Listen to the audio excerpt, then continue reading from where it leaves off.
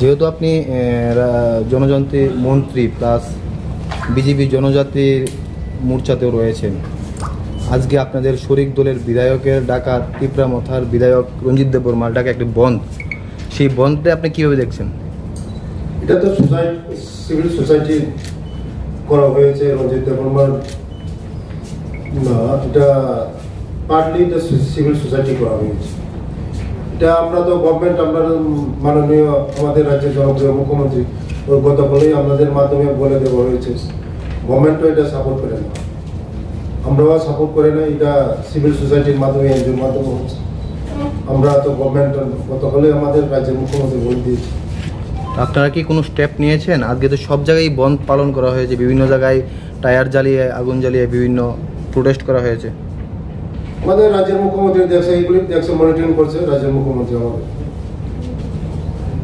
আর আপনাদের মাধ্যমে বলতে চাই যে